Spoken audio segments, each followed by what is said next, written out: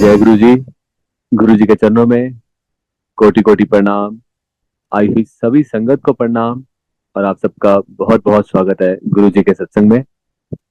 आइए संगत जी, आज के सत्संग की शुरुआत करते हैं। आज इनवाइट करेंगे अनीता कुमार आंटी को। अनीता आंटी आए और सत्संग शेयर करें। Jai Guruji, thank you for having me here. I will start my journey from the beginning. मैं इंग्लैंड में पैदा हुई थी and I was born and bred in England.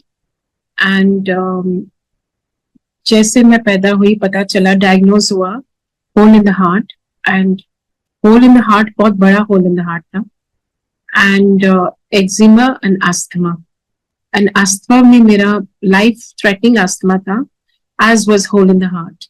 So first 10 years of my life I spent in hospitals. तो hospital में रहती थी, steroid injections मिलते रहते थे, hydrocortisones just to sustain me. And doctors ने जैसे मैं पैदा हुई थी बोल दिया था मेरे पेरेंट्स को कि ये 10 साल की उम्र से ज्यादा नहीं जीगी. तो एनीवे आई फील कि भगवान पहले भी हमारे साथ थे, अभी भी हैं और हमेशा रहेंगे. Because divinity lives within us, रब हमारे अंदर है. तो भगवान उस टाइम में मेरे साथ थे. तो 10 साल की उम्र से जब पार किया तब मेरे पेरेंट्स को थोड़ा होप मिला कि ये तो ठीक हो गई है. पर ऑफ कोर्स ठीक नहीं थी, स्ट्रगल कर रही थी, पर आई वाज अलाइव. एंड फिर बोला गया, डॉक्टर्स कहते थे इंग्लैंड में कि ये सर्वाइव तो कर गई है लेकिन इसकी ना शादी होनी चाहिए और ना इसको बच्चे होने चाहिए, because hole in the heart इतना ज्यादा है बड़ा कि स्ट्रेन नहीं पड़ना चाहिए हार्ट पे, तो इसको बच्चे कभी नहीं हो पाएंगे. And my parents just felt it's fine, you know, as long as she is alive and she is healthy. And then in at the age of 22 I got married and I came to India. मैं India जब आई तो मेरे health issues जो थे बचपन के वो बहुत ज्यादा एग्रेवेट हो गए. आप कह लो कल्चर शॉक मिला इंडिया के. You know, I got married and it was into a Marwari family. I'm Punjabi. Cultural differences here. It was just a shock to my system. The whole institution of marriage was, you know, took a toll on my health. बहुत जल्दी marriage भी collapse होने लगी, health मेरे issues deteriorate होने लगे very fast. It all happened very very quickly. So I was all of 22 and मुझे ये एक्साइटमेंट थी. India back then was very regressive. I'm talking about 88. And India काफी रिग्रेसिव था. एक चैनल था हमारा टीवी का, Doordarshan. There was not much going on, to be honest. So मैं वैसे भी एक लोनर थी, किताब पढ़ती रहती थी, म्यूजिक सुनती रहती थी अकेले बैठ के कमरे में. एंड लेकिन मेरी जो हेल्थ कंडीशंस थी, मेरी स्किन, मेरा अस्थमा, वो मुझे बहुत ज्यादा परेशान करने लगी क्योंकि मैं हर दम खारिश करती रहती थी, फेस पे भी बॉडी पे भी. एंड हमेशा खून निकलता रहता था फेस से, बॉडी से. कुछ समझ नहीं आ रहा था. I mean, it was hellish living. It was a very hellish existence. And then I got rejection even in my marriage. So there was rejection all around. I just felt very disillusioned with life. मतलब कुछ समझ नहीं आ रहा था, बिल्कुल अंधेरा आ गया था लाइफ में. एंड इसके दौरान मैंने बहुत फटाफट खोज करने लग गई, गुरु की खोज through tarot card reading, answers ढूंढने लग गई. बहुत गुरुज के पास गई, बाबाज के पास गई, पंडित्स के पास गई अपने आंसर्स ढूंढने. इस दौरान with Guru जीज grace, with God's grace, मुझे 2 बेटियां हो गई. यू नो, 91 एंड 92 में 1 साल का फर्क है दोनों का. तो वो मैं पाल रही थी बच्चों को, लेकिन ऑफ कोर्स स्ट्रगल थी पालने में, बिकॉज मेरी हेल्थ इश्यूज हमेशा मुझे पीछे ले जाती थी हर चीज में. एंड मैं फर्स्ट कैलीग्राफी टीचर थी, इनफैक्ट कैलीग्राफिक टीचर इन दिल्ली. अपना मन बहलाने के लिए मैंने टीचर बन गई, सिखाना शुरू कर दिया कैलीग्राफी, क्योंकि मुझे लगता था उसी में मुझे कॉन्फिडेंस मिल रहा है. बहुत रिकग्निशन भी मिली, न्यूज़पेपर कवर करने लगे. पर मैं हमेशा सेल्फ कॉन्शियस रहती थी क्योंकि मेरा फेस बहुत खराब था, हमेशा एक्जिमा से भरा हुआ, खून से भरा हुआ, बहुत ज्यादा low self esteem, low confidence हो गया था. एंड देन ये जैसे जैसे मैं खोजने लगी, तो फिर 97 में मैंने अपने आप को कहा कि कुछ बदला नहीं. 88 से 97 तक मैं अब किसी गुरु या पंडित के पास कभी नहीं जाऊंगी, क्योंकि कोई किसी का कुछ नहीं कर सकता. कोई पंडित कहता था कि 2100 दे दीजिए, 3100 दे दीजिए, हम अपनी डेस्टिनी बदल दे देंगे आपकी. लेकिन कुछ नहीं हुआ. Things just started getting worse. 97 में मेरा लाइफ थ्रेटनिंग अस्थमा अटैक जब हुआ, एवरी चेंजिंग सीजन हॉस्पिटलाइज होती थी, लेकिन 97 में बहुत खतरनाक हुआ. And I remember it very vividly. Titanic movie release हुई थी एंड मैं सिनेमा में बैठी थी एंड मेरा अस्थमा ऐसे ट्रिगर हुआ कि सांस रुक गया, लिटरली सांस रुक गया. और जो फ्रेंड्स के साथ मैं गई थी वो मुझे सीधा श्लोक ले गए. एंड दोनों डॉक्टर्स, डॉक्टर श्लोक एंड अश्विनी चोपड़ा, वो एडमिनिस्टर कर रहे थे इंजेक्शंस मेरे पे, स्टेरॉइड इंजेक्शंस, और एक दूसरे की शक्ल देख रहे थे और कह रहे थे कि ये अब नहीं बचेगी. एंड एक्चुअली जब ये उन्होंने बोला आपस में, मुझे रिलीफ मिला. अंदर से मैं खुश थी, क्योंकि उस टाइम जब आप सफर कर रहे होते हैं वो सफरिंग बहुत डीप होती है, और वो सफरिंग सिर्फ फिजिकल नहीं होती, वो साइकोलॉजिकल हो जाती है, फिजियोलॉजिकल हो जाती है. Sometimes I would get suicidal tendencies also because I was so disturbed. मतलब आप सोच नहीं सकते कॉन्ट्रास्ट उस टाइम का और आज का, बहुत शार्प कॉन्ट्रास्ट है. लेकिन उस टाइम अगर मैं वापस जाऊं तो मुझे याद है वो डिप्रेशन, सुसाइडल टेंडेंसीज, सोचना कि मैं यहाँ क्या कर रही हूँ. I can not suffer any more emotionally and physically. So I was at my lowest एब, वो जिसको कहते हैं ना कि बिल्कुल कोई होप नहीं थी. देयर वाज नो उम्मीद नहीं रही थी जिंदगी के लिए, और ना ही मतलब दिल करता था जीने के लिए ऑनेस्टली, क्योंकि ऑब्वियसली सफरिंग इतनी ज्यादा क्यूट थी कि दिल नहीं करता था. सो जब डॉक्टर्स ने ये कहा 97 मार्च में, तो मैंने अंदर से रिलीफ फील की. उस टाइम, उस फेज में मेरा चेहरा वैसे तो पहले ही खराब था, और भी खराब हो गया, कुछ और ही हो गया. फेस डिफॉर्म्ड हो गया एंड पस निकलने लग गया फेस से, और फेस ब्लैक हो गया. और जिन संगत ने मुझे देखा उस टाइम और जो आज देखते हैं, जमीन आसमान का फर्क है. Guruji, you know, anyway I come to that soon, but मतलब कोई और क्या, मैं खुद ही नहीं अपने आप को देख सकती थी. फिर 97 उसी साल में सितंबर का टाइम था. उससे पहले भी मतलब एक संगत है, उसका नाम इसलिए लूंगी क्योंकि वो बहुत, मैं उसका ही शुक्राना करती हूँ, क्योंकि वो ही मुझे गुरुजी के पास लेके गई थी. बैम्बी सिंह आंटी है, और वो मुझे पहले भी बोलती थी कि तू मेरे गुरुजी के पास चल, और मैं रेजिस्ट करती रहती थी. मैं कह नहीं बाबी, कोई नहीं किसी का कुछ कर सकता, तेरे गुरु क्या करेंगे. कहते नहीं, चल के देख, ये डिफरेंट है. तो मैं लेकिन रेजिस्ट करती रहती थी. फिर एक ऐसा टाइम आया, वो इंसिस्ट करती रही, मैं रेजिस्ट करती रही, और फिर वो मेरे घर ही पहुंच गए. सितंबर में था, शाम का टाइम था, 5 बजे, और कहती मैं तुझे लेने आई हूँ, मैं तुझे अपने गुरुजी के पास लेके जा रही हूँ. इतना भी कोई इंसिस्ट नहीं करता, पर वो एक कॉलिंग थी मेरी. तो मैं गाड़ी में जैसे बैठी, मुझे नहीं पता था कि सत्संग क्या होता है, लेकिन वो अपनी सत्संग सुनाने लगे. लेकिन मैं बिल्कुल नहीं सुन रही थी, बिल्कुल भी नहीं, क्योंकि मुझे इंटरेस्ट नहीं था. It was falling on def years, because मैंने सोचा मैं इसको oblige करने जा रही हूँ बैम्बी को, क्योंकि मैं इंटरेस्टेड नहीं हूँ. मैं कन्विंस कर लिया था अपने आप को कि कोई किसी का कुछ नहीं कर सकता. तुम अकेले सफर करते हो, अकेले अगर कोई सफरिंग होती है, कोई प्रॉब्लम होती है लाइफ में, तो तुम अकेले हो, बिल्कुल अकेले हो. मतलब तुम्हारे माँ बाप तंग आ जाते हैं ऑनेस्टली, कि यह तो बीमारी रहती है. You know, my parents were in England, I was born in a native Punjabi family.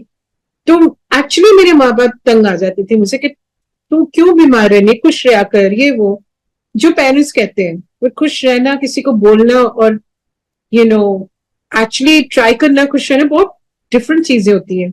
खुश तभी तुम रह सकते हो, सबसे बड़ी खुशी होती है तुम्हें कि जरा सा हेल्थ तो ठीक हो.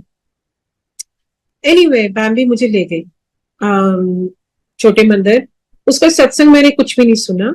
मैं बाहर ही देखती रही, सोचती रही कि this will be over soon, you know, I'm just going there to oblige her. And जैसे फिर छोटे मंदिर में गए, मैं थोड़ा रिवाइंड करूंगी यहाँ। मैं जब बचपन में, क्योंकि बीमार रहती थी, बहुत किताबें पढ़ती थी, एंड 9 साल की उम्र में मेरे पेरेंट्स बहुत वरीड थे कि ये तो छोटी सी उम्र में बुक्स पढ़ रही है on philosophy, science, and I was grappling with life's truth. Buddha पे किताबें पढ़ती थी 9 साल की उम्र में। मेरे फादर का गार्डन, इंग्लैंड में बहुत स्काईज बहुत क्लियर होती हैं, गार्डन्स होते हैं बहुत बड़े बड़े, and my father lived in this palatial home.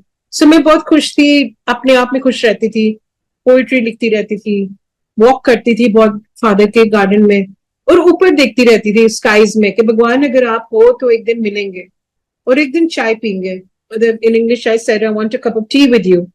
And I used to write letters also to God. So, because I was a loner, I was always drawing, painting, reading, which I still do.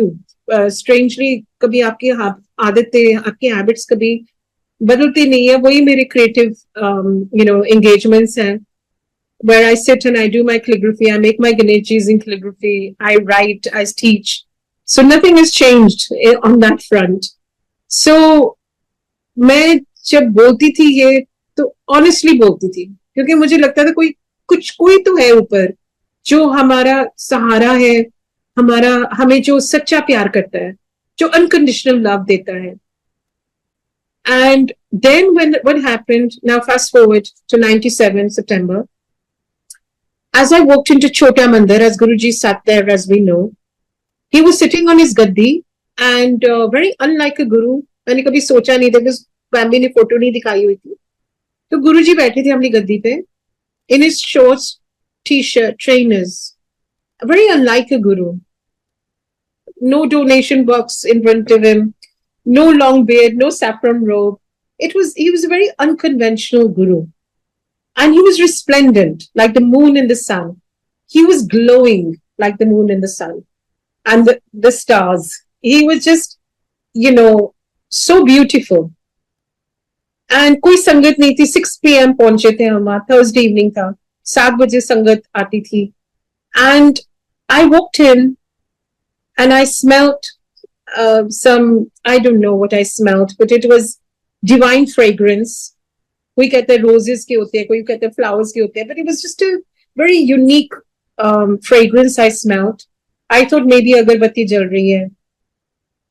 But I walked towards him, broken. I was heartbroken in my life. My fairy tale marriage broke within weeks, I would say, of me coming to India. I think, we both realized that this is not working, but then, of course, old school woman, I just felt I need to make it work. जो हमें सिखाया गया था, adjust करो, तो वही हुआ कि this is it now for me. But my marriage was over. From the very beginning, it was over. It never started, actually. And so I came walking towards Guruji, heartbroken, broken with my broken spirit and broken body. Literally. I was falling to pieces. I was literally falling to pieces. Nothing worse could have happened to me. A hole in the heart, skin breaking out, my heart falling into pieces. And मैं जैसे जैसे गुरुजी के पास गई हूँ, और जैसे मैंने मत्था टेका, मुझे लगा पहली बार जिंदगी में मैं पहली जगह, सही जगह आ गई हूँ। जो मैं खोज रही थी बचपन से लेके अब तक, मेरी खोज खत्म हो गई है। मुझे मेरा घर मिल गया है, जो मैं घर ढूंढती थी, जो मैं प्यार ढूंढती थी। मैंने जैसे मत्था टेका, गुरुजी ने मुझे तरफ देखा, with his very gracious and benign and very merciful eyes, with his gaze that is unquantifiable. And he just looked at me and he said, "Tu roz aaya kar, tu roz langar kita kar." I was thrilled to bits. I said, और कुछ नहीं, मुझे गुरु गांधी कुछ नहीं बोली थी, गाड़ी में सत्संग सुना रही थी, कुछ नहीं सुना, पर सुनने की जरूरत नहीं पड़ी, क्योंकि यही सब कुछ मुझे मिल गया, सब जवाब मुझे मिल गए। जो मैं बचपन से पोएट्री लिखती थी, लव लेटर्स लिखती थी भगवान को, मुझे सारे वो लव लेटर्स के आज इस 2-3 शब्दों में मुझे पूरे आंसर मिल गए गुरु भगवान के, कि बस तू आया कर और रोज लंगर करना है, तो बस आया कर। मुझे लगा अब मेरा सब कुछ ठीक हो जाएगा, ना भी हुआ तो कोई बात नहीं, लेकिन मुझे रब मिल गए हैं। तो नेक्स्ट थिंग जो गुरुजी ने बोला, तू चाय प्रसाद पिंग या नहीं था? And I looked at him and he smiled कि मैंने सब पता है, as if to say मैंने पता है तू बचपन विच मिन्ना गल्ला करती सी। We all do, right? In some phase of our lives, we all remember God before meeting God. And हम कितने blessed हैं, unquantifiable blessings हैं हम सब पे, कि हमें इस जन्म में, इस रूप में हमें भगवान मिल गए हैं। पता नहीं कितने जन्म हमें लेने पड़े, वो तो मुझे नहीं पता। I don't know the facts of life, I don't know हमने कितने इनकारनेशंस लेने पड़ते हैं, पर बहुत भटके हैं हम सब। फिर हमें गुरुजी ने मौका दिया इस जन्म में, जो कलयुग है, पर हमने चूज किया था ये पैदा होने के लिए कलयुग में, ताकि हम रब को पा पाए। और हमने पा लिया, मिल लिया, एटलीस्ट पा लिया, पता नहीं, पर मिल लिया। पाना तो हम बहुत दूर की बात है। क्यों? क्योंकि पाना पा वही सकता है जो गुरु का हुक्म से चलता है, पूरा हुक्म में चलता है गुरु के, आधा नहीं। जैसे गुरु जी ने कहा था 100% सरेंडर, 100% ब्लेसिंग्स, 50% सरेंडर, 50%। मैथमेटिक्स उनकी है। He is a divine mathematician, he is a divine accountant, so he keeps our accountancy, he keeps our calculations. कितना चंगा कर्म कर रही है, जितना बुरा कर रही है तो सब कर्मों का खेल। सो फिर मैं बैठी थी वहां, रोज आने लग गई, रोज 5 बजे 6 बजे मैं भागती थी कि मुझे छोटे मंदिर जाना है। Back then 7 days a week लगता था लंगर प्रसाद। एंड वो एक फेज था हमारी लाइफ का, जब वो 7 दिन ही गुरुजी बुलाते थे। उस टाइम वो फेज था। उसके बाद उन्होंने टेपर करना शुरू किया, एंड मेरा चेंजिंग सीजन आ रहा था, जहां मैं हॉस्पिटलाइज होती थी, अस्थमा अटैक होता था। तो मैं जैसे बैठी हुई गुरुजी के पास, आराम से बैठी थी। पहले मैं भूल गई कि चेंजिंग सीजन है, वो तो खैर चेंजिंग सीजन था, किसी टाइम भी ट्रिगर हो जाता था अस्थमा अटैक। तो मैं जैसे बैठी हूँ, लंगर सर्व होने वाला है, और मैंने रियलाइज किया कि मुझे सांस नहीं आ रहा। मैं बिल्कुल ब्लैक एंड ब्लू टर्न हो रही थी, बिल्कुल गैस्प कर रही थी ब्रेथ के लिए। एंड मैंने कहा गुरु जी, मैं 7 बटे आते थे बिल्कुल, एंड मैंने कहा गुरु जी मुझे सांस नहीं आ रहा, और मैंने रोना शुरू कर दिया। मैंने कहा गुरु जी सांस नहीं आ रहा। कहते चुप करके लंगर कर अगर आज कल्याण कराना है। मैंने कहा गुरु जी सांस नहीं आ रहा। कहते क्या ना लंगर कर। तो मैंने कहा गुरु जी मुझे मेरे स्टेरॉइड इंजेक्शन चाहिए, मुझे अभी जाने दीजिए। तो कहते अगर आज तू पूरा ठीक ठीक होना है और कल्याण कराना है तो पूरा लंगर कर। मैं बहुत रोई, एंड मैंने कहा गुरु जी मैं कैसे खाऊं ये, मुझे सांस नहीं आ रहा। कहते अयो तेरे स्टेरॉइड इंजेक्शन है, पूरा कर लंगर। मैंने कहा गुरु जी आलू गोभी दाल है। एंड ही सेड जदों बार जूती उतार दी, अब सनबर्ड छट के आया कर। मैं क्या ना तेरे स्टेरॉइड इंजेक्शन है, पूरा लंगर कर। मैंने खाया जबरदस्ती एंड रिजेंटफुली। फिर मैंने जैसे मत्था टेका, मैंने कहा मैंने यहाँ दोबारा कभी नहीं आना, गुरुजी बहुत हाश है, इतने इनसेंसिटिव है, तो मैं नहीं आऊंगी दोबारा यहाँ। तो जैसे मैंने मत्था टेका और ये बोला, गुरुजी ने कहा कल आ जाए। मैंने कहा ये तो कोइंसिडेंस है, मैं कुछ बोल रही हूँ अपने दिमाग में और गुरुजी जवाब दे रहे हैं। फिर मैंने कहा नहीं, मैं यहाँ से सीधा अस्पताल जाऊंगी और मैं यहाँ कभी नहीं आऊंगी। तो गुरुजी कहते हुण अस्पताल जान दी लोड़ नहीं, हुण तू घर जा, कल्याण किता ऐश कर।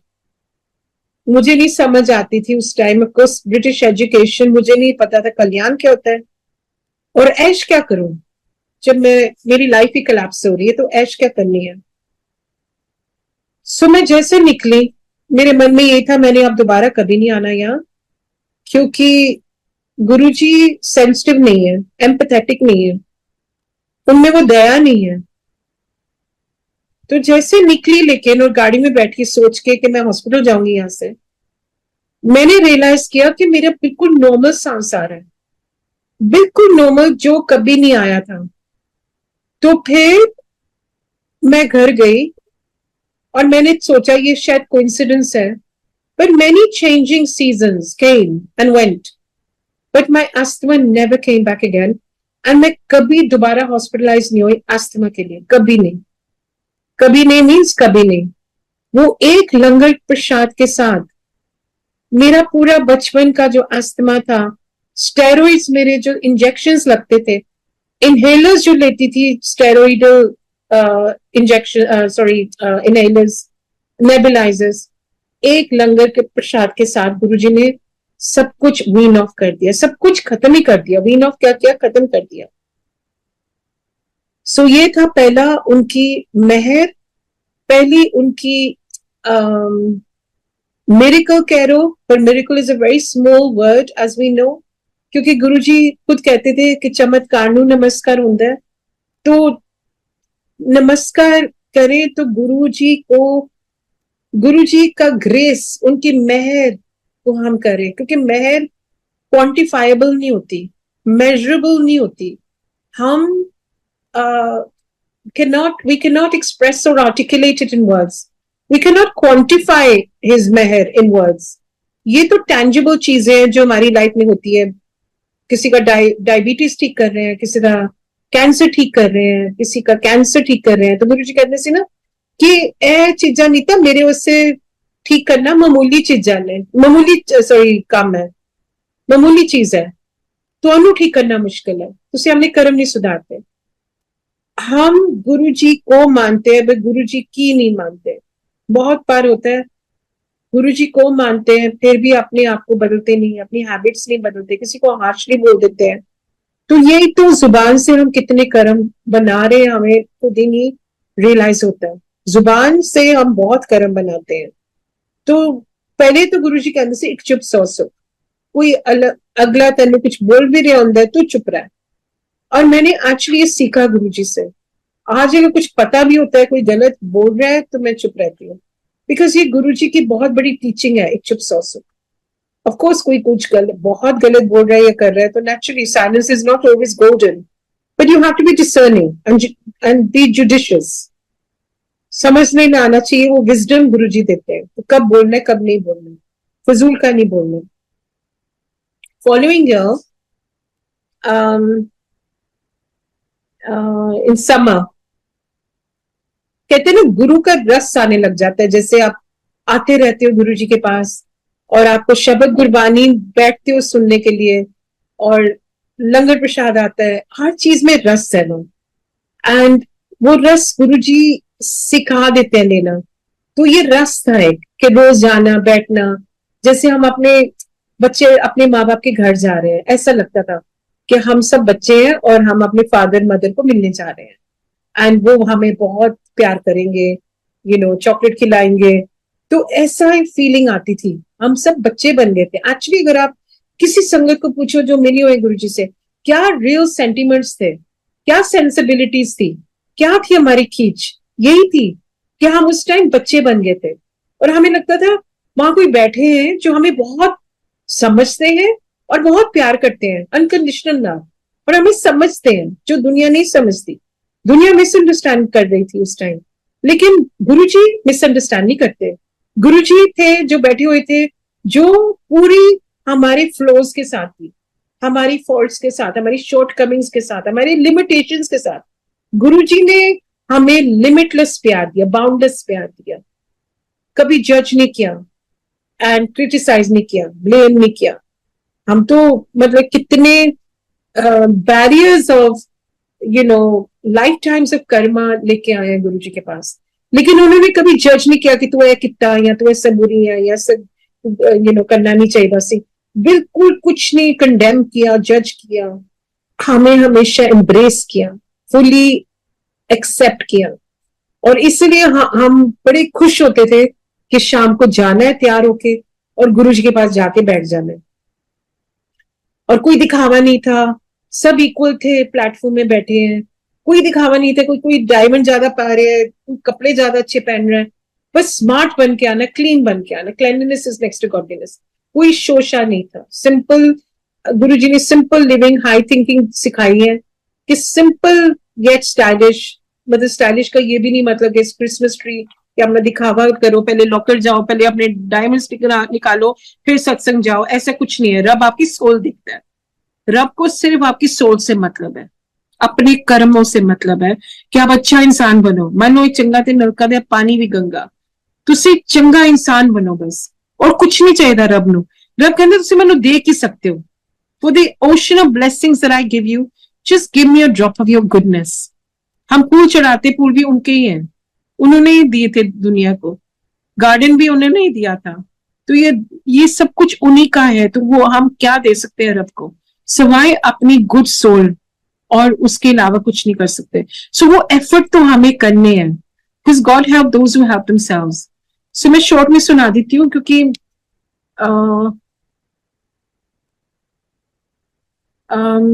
सॉरी कहाँ हूं मैं। सो मैं फॉलोइंग गुरुजी ने कहा इधर आ, मैं तू श्रद्धा में पास हो गई। तो अगेन मुझे नहीं पता था ये श्रद्धा कौन है, तो लेकिन मैंने कहा मैं पास हो गई। सो मैं बड़ी खुश, मैं कहा थैंक यू गुरुजी। कहती कमली समझी तो है नहीं मैं की क्या। मैंने कहा गुरुजी मैं पास हो गई हूँ। कहना हाँ हाँ तू पास हो गई।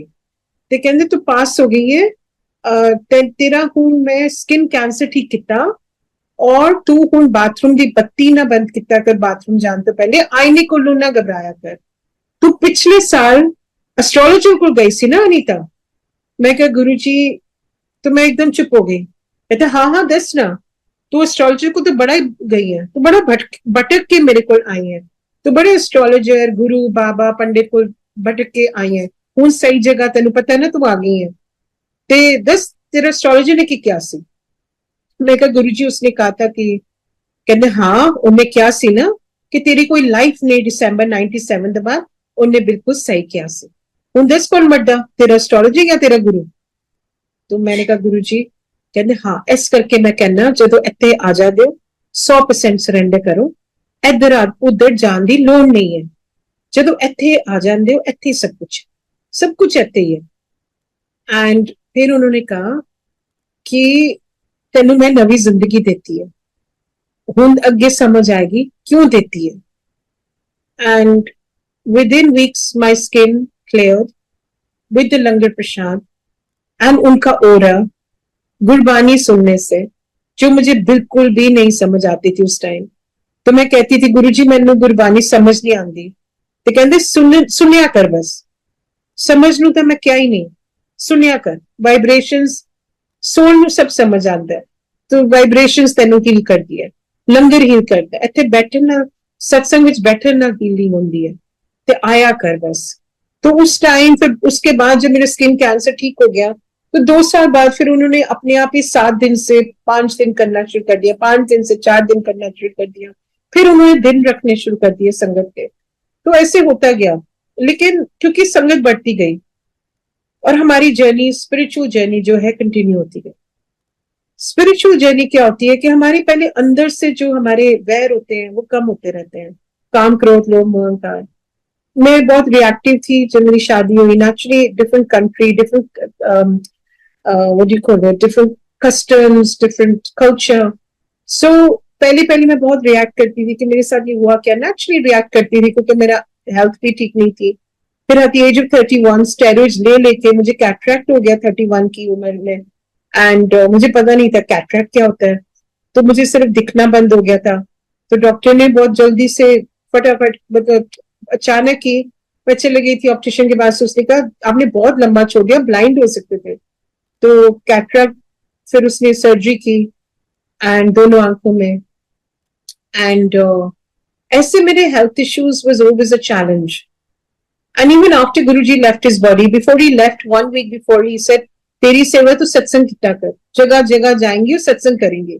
सो आई सेड गुरुजी मुझे तो सो लिटिल रिवाइंड अगेन, जब मेरा स्किन कैंसर ठीक किया तो गुरुजी ने कहा खड़े होके सुना लो कर लो किस्सा मैं तेरा स्किन कैंसर ठीक किया।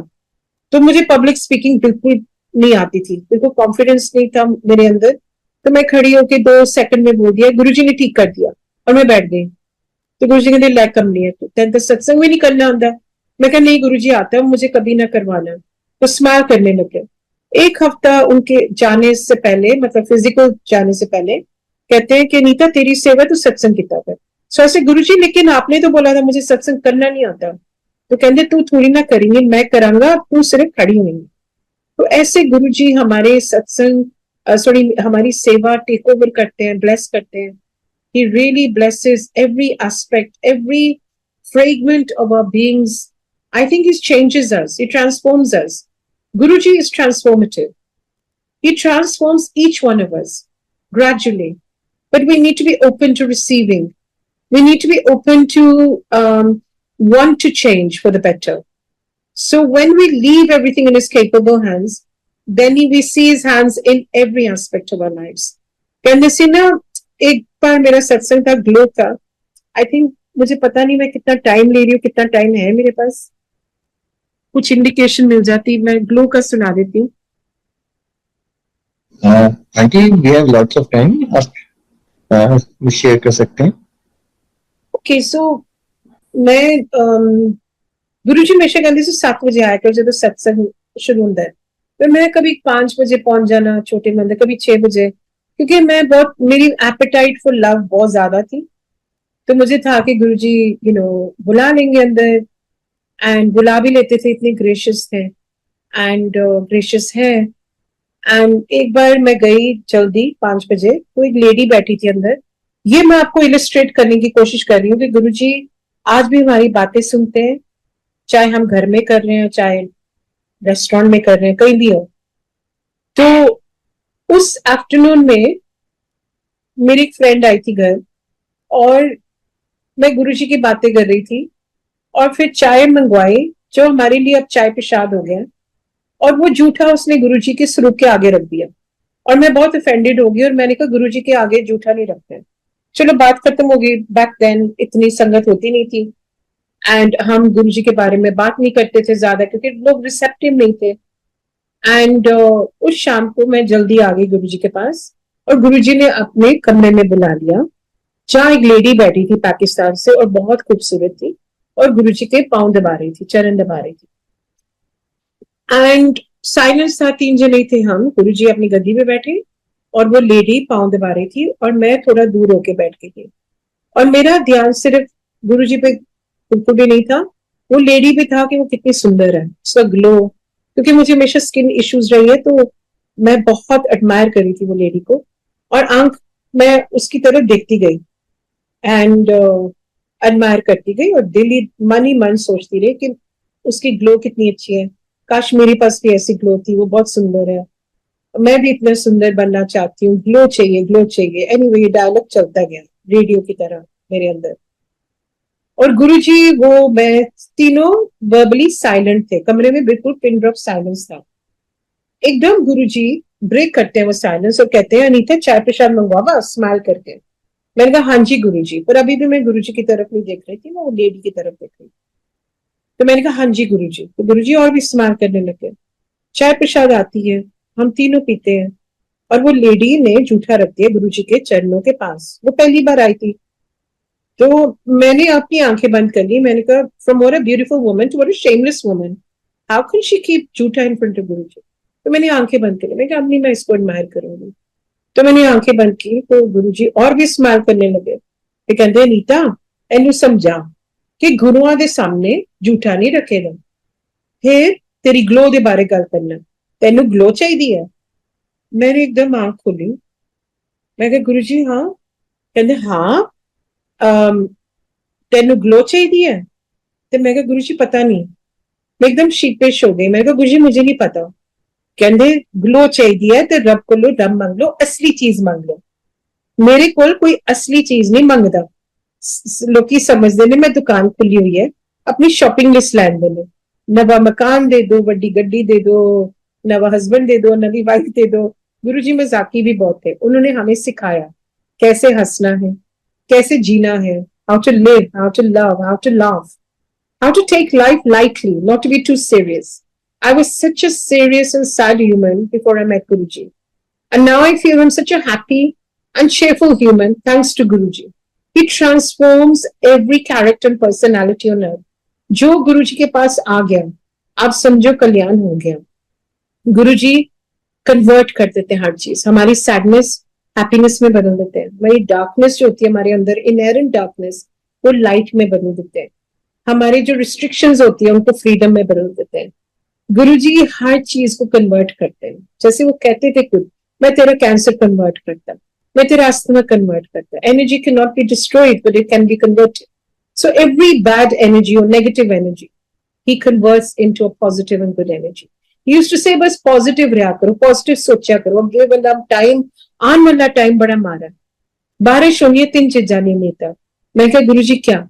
तो कहते बारिश होनी है डिप्रेशन दी, कैंसर दी ते डिवोर्स दी। मैं क्या गुरु जी ये तो इंग्लैंड में होता है जहां से मैं आई हूँ, इंडिया में तो ऐसे कभी नहीं सुना, ना डिप्रेशन कभी इंडिया में सुना, बैक देन ऑफ कोर्स नहीं सुना, ना कैंसर कभी सुना है गुरु जी, और ना ही डिप्रेशन कभी सुना।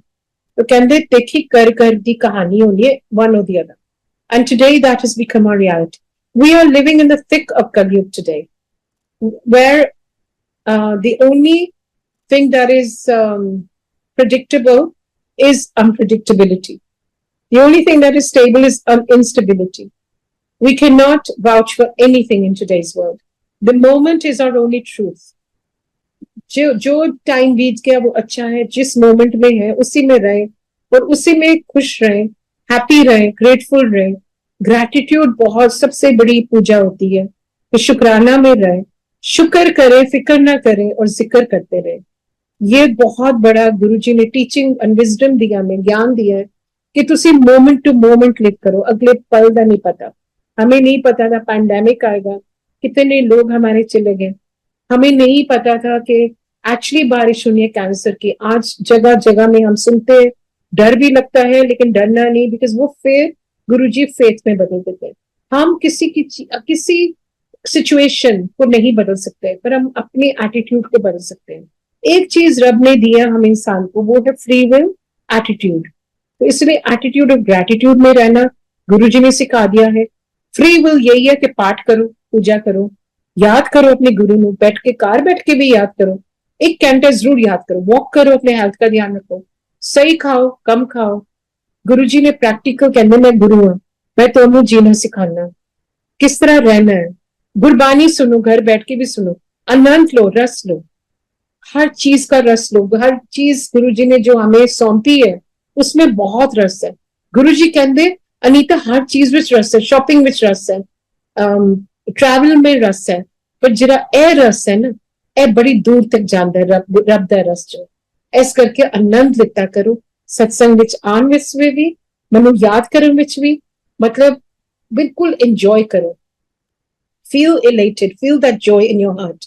When we remember Guruji, our heart is truly full, because वो empty होने नहीं देते। Our glass is overflowing with blessings.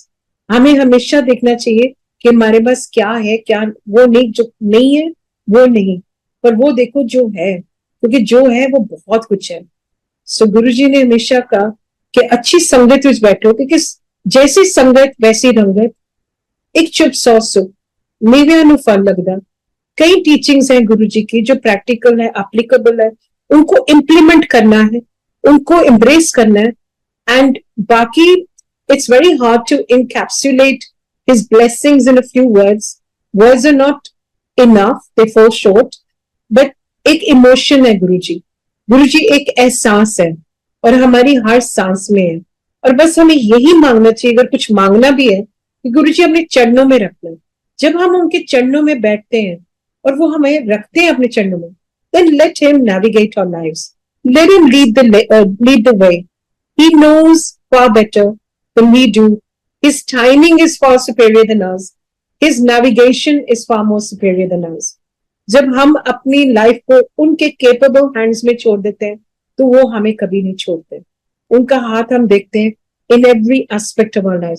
वो जो ग्लो कहते थे, वो ग्लो आ जाती है हर एस्पेक्ट, हर फैसेट ऑफ आवर बीइंग। हमारे फाइनेंसेस में, हमारी पर्सनालिटी में ग्लो आ जाती है। वो ग्लो आ जाती है, सिर्फ कॉस्मेटिक नहीं होती, वो ग्लो हमारी रिलेशनशिप्स में आ जाती है। मुझे याद है, मुझे बहुत स्ट्रगल होती थी अपने पर्सनल रिलेशनशिप्स में, हमेशा मैं मिसअंडरस्टूड थी। लेकिन आज वो ही रिलेशनशिप्स मेरी कदर करते हैं, प्यार करते हैं, वो ग्लो आ गई है मेरे रिलेशनशिप्स में, whether it's personal relationships or whether it's social relationships. Now people's perceptions change. जब उनकी मेहर होती है ना, तो वो हर चीज में मेहर होती है। लोगों की जो आपको देखने की वो परसेप्शन होती है, वो बदल जाती है। सब कुछ बदल जाता है बहुत अच्छे के लिए। तो इसलिए गुरु जी को मानो की भी मानो, गुरु जी को प्यार करो, be God loving, never God fearing। रब को डरे दा थोड़ी ना, गुरु जी कहते रब नु सिर्फ प्यार करे दा, गॉड इज लव। और रब नु तुहाडे कोलों की जरूरत है, सिर्फ प्यार जरूरत है। चंगा अच्छा इंसान बनो और प्यार करते रहो। बहुत सिंप्लीफाई कर दिया गुरु जी ने हमारा रिलीजन को, और ideologies, religious philosophies, he simplified living our lives. Simple living, high thinking. This is it. This is the essence of Guruji and his teachings. And the rest is ongoing journey with him. And it's a beautiful journey. There are no complaints, only shukrana, only gratitude. So thank you for enabling me to share and inviting me on this beautiful platform that you've created for the entire world. So I cannot thank you enough. And there's many more volumes, but at least we're all in the same library, reading the same book. पर volumes बहुत हैं, सबकी volumes हैं, I'm sure. ये कहानी कभी खत्म नहीं होगी। तो जय गुरु जी, thank you so much.